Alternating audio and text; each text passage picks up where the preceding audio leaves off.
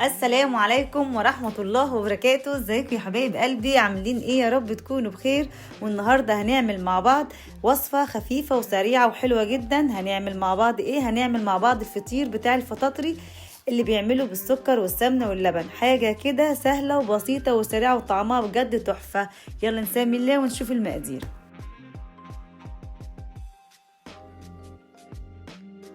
معانا شوية مكسرات وكوباية سمنة سايحة وكوباية الا ربع لبن ولفة جلاش. بدأت افتح الجلاش بالشكل ده كده، وجبت طاسة وبدأت ادهنها بالسمنة. طبعا هنا لو انت هتستخدمي نص لفة الجلاش فهتضطري طبعا تعملي في طاسة اصغر من دي شوية. انا هنا عاملة طاسة كبيرة عشان هعمل لفة الجلاش كاملة. وهنا بقى بدأت اخد كل ورقتين من الجلاش احط نص في الصينية ونص بره وادهن سمنة بالشكل ده كده، نص جوه ونص بره. وهفضل بقى ايه اكرر الموضوع ده في كل اتجاهات، شمال يمين فوق تحت، لغايه لما نعمل كانها ورده كده ملفوفه من كل اتجاهات. طبعا كل ما نحط ورقتين ندهن سمنه.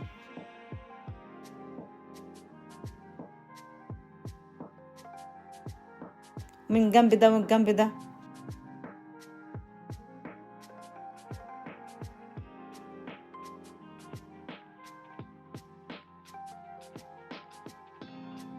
لغايه لما نخلص طبعا اللفه بتاعتنا كلها.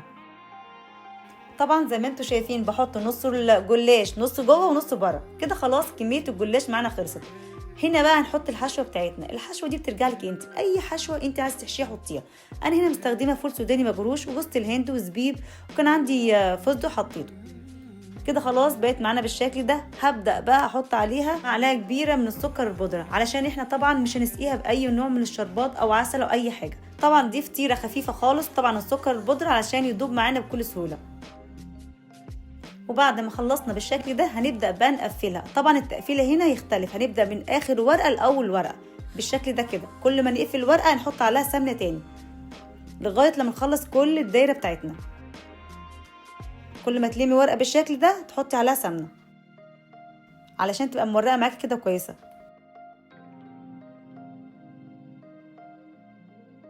كده خلاص بقت معانا بالشكل ده. هنبدأ بقى نحطها على النار هادية كده وتبدأ تغطيها. طبعا هتبداي كل شويه تشوفيها احمرت من تحت خدت لون ولا لا. هي ممكن تاخد معاكي 4 دقايق وتبدا تحمر بالشكل ده كده. لقيتها احمرت بدات بقى اقلبها.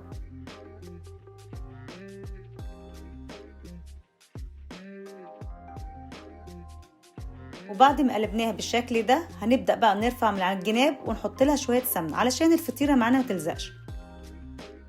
وهنبدا برضو نغطيها تاني علشان تستوي معانا من تحت. طبعا كل ده على نار هاديه. وبدات طبعا هنا بقى اجهز اللبن اللي هسقيها بيه. معايا كوبايه الا ربع من اللبن، حطيت عليه معلقه كبيره من السكر البودره وبدات ادوبه كويس. وبعد كده هنا خلاص كانت الفطيره استوت معانا من تحت. هبدا بقى اسقيها باللبن. في الوقت ده بتبداي تعلي النار علشان الفطيره تشرب اللبن. اللبن معانا بيطر الفطيره.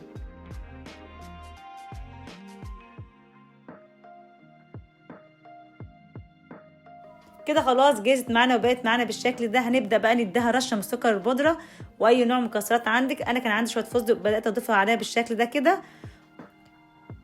وشوفي بقى الجمال والحلاوه والطعام فظيعه والله يا جماعه. شكلها وطعمها بجد فظيع.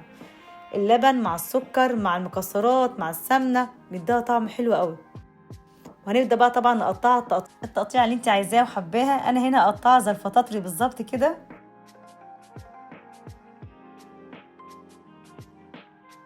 سهله وبسيطه ومش مكلفه خالص.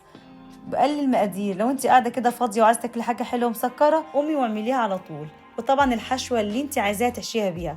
وزي ما انتم شايفين كده مورقه وبصي فظيعه والله. فطيره بجد فظيعه بجد. قومي واعمليها وجربيها واستنى رايكم في الكومنتات. وده كان الفيديو بتاعنا النهارده بجد. يا رب يعجبكم واشوفكم على خير الفيديو الجاي. وما تنسيش تعملي لي لايك وشير ومتابعه للقناه عشان يوصلك كل فيديوهاتي. والسلام عليكم ورحمه الله وبركاته.